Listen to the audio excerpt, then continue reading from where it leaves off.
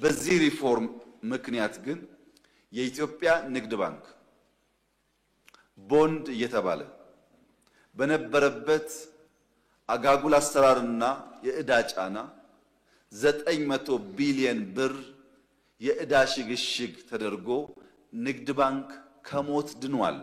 የተከበረው ምክር ቤት ይህንን ጉዳይ እኔ ከምናገረው ባሻገር ከተቋሙ ጋር ብትወያዩበትና ከምን አረንቋ እንደወጡ ብትገነዘቡ ጥሩ ነው።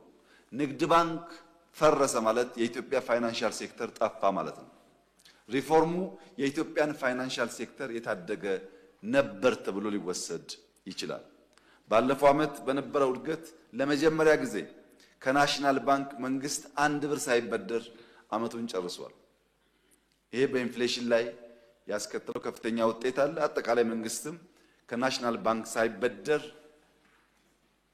ኢኮኖሚውን መምራት የሚያስችል ቁመና እየፈጠረ መሆኑን ያመለክታል።